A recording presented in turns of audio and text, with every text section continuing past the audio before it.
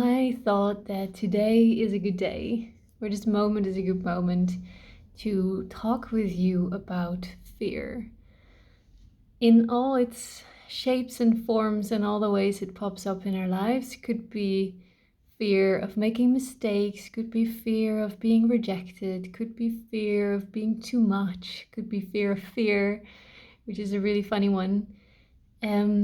There's just a few things I want to share about it, clarify some things, give you a little tip or a few tips how to handle it when it pops up, and a little insight in what to do to work on a deeper level with it. And the reason why I want to talk about it is because in most of the sessions that I work with other women, fear somehow is a topic. Like I said, it could be fear of making mistakes, fear of being rejected. And I think it's important to understand that fear on itself is not a bad thing. Like any emotion, whether you enjoy them or not, they're there. They try their best. They do what they can, and that's it. And it's absolutely okay to be fearful. You know, if you look at the very basic reason why we have fear, it's just about survival. But then if you look at the reason why you're alive, it's not about surviving, it's about doing something more. So once you understand that you're here for something more than survival, you automatically want to move beyond fear. And so fear in a basic form is helping us to survive. It's helping us, it's trying to keep us safe. It's trying to keep us protected and sort of small. So once you see, and you can even be grateful for the fact that fear is there, it already takes away a lot of the resistance that we have towards it. Because the more resistance you have towards any emotion, the harder it's going to be to deal with it.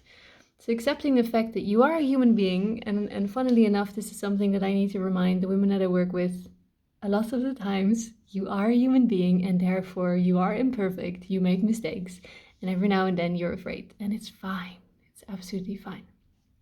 So a few of the things that you can do, or how to approach it, or how to handle it, is that if you are someone who is in her head a lot, which is what most of the women are who I work with, if you're an intelligent woman, you're good at rationalizing, you're good at seeing different perspectives, you always want to try to understand why things are the way they are, it might be a nice first step to exhaust the mind a little bit. I personally don't think that the mind is the solution to really work through fear, or to overcome fear, or to release fear, because it's about something deeper than what's happening in the mind. But it might be helpful sometimes to exhaust the mind. One way to do it is to think, for example, what is the worst thing that can happen? So your mind is very good at making all these sort of starter thoughts. If I mess up this presentation, then I'm gonna feel horrible. Okay, you know, that's the beginning of a train of thoughts, but what is gonna come after that? So exhaust, like go to the end of your train of thoughts. What is really the worst thing that can happen? And in the end, I can already tell you, it's not very exciting. You will always survive. The world is never gonna end. And basically that's it. Whatever happens, you'll be fine. Like you're gonna survive, you'll make it through. But it can be helpful to sort of calm yourself down a bit and to exhaust the mind. Another thing that you can do, that I like to do myself as well, is that I allow myself to be a bit more adventurous within a set time, which gives me a little bit more sense of safety.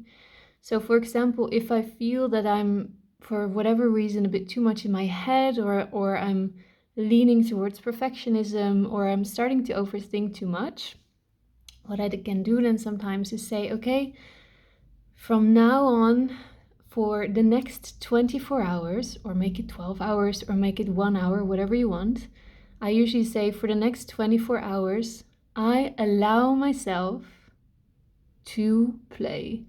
I allow myself to be adventurous. I allow myself to try out. I allow myself to feel anxious, but nevertheless do the things that I want to do. And just because I give myself a set time frame, it feels a bit more like you're not so overwhelmed by it. If I would be saying, okay, for the rest of my life I'm just gonna take the jump, or for the rest of my life I'm gonna whatever. If you think about the rest of your life, or even maybe the rest of the week, it can be quite overwhelming. It's a lot. So again, even in this process, you are allowed to be kind towards yourself and to give yourself a little playground in which you can try out these things. Because anyway, life is about trying, trial and error, getting up, falling down, trying again, and enjoying the process as much as you can. So maybe it might be helpful to create a little time frame for yourself. So these are two things that you might want to start trying out. You might want to apply to exhaust the mind a bit, to give yourself some freedom to play and to try. But then, like I said in the beginning, I personally don't think that only staying with the mind is going to do it for you, because the more you, let me put it like this, fear is a thing of the mind. Yes, you feel it as an emotion, but it's based on rational or irrational thoughts. Actually, it's based on what you believe to be happen. It's based on things that have happened in the past. It doesn't really have to do with what's happening right here, right now. So it's sort of an irrational thing that's on this level and it has an impact on how you feel. So what I always say is, if you want to change how you feel, you have to dig deeper. You have to work with the feelings or with the energies, whatever you want to call it, and not just stay with the mind.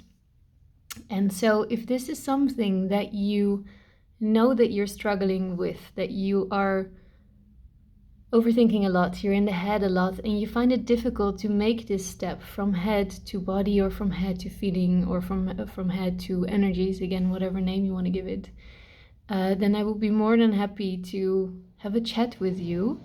I am currently, for a limited amount of time, offering single one-on-one sessions. Usually I only offer programs, but now I'm trying out something new. So until the 13th of April, I'm offering single one-on-one sessions, and this is perfect for you if you feel like, okay, I do wanna dig deeper, I do wanna make this jump, but I'm not willing to go into a program of a couple of months. I wanna have, let's say, a nice beginning, or maybe a nice topping on something else that you're already doing. This one is for you. I will put the link is in my bio, so you can book it directly into my calendar. There's no webpage for it either, because I didn't see the need for that. If you have any questions about it, you can reach out to me. And that's that. Hope to see you soon.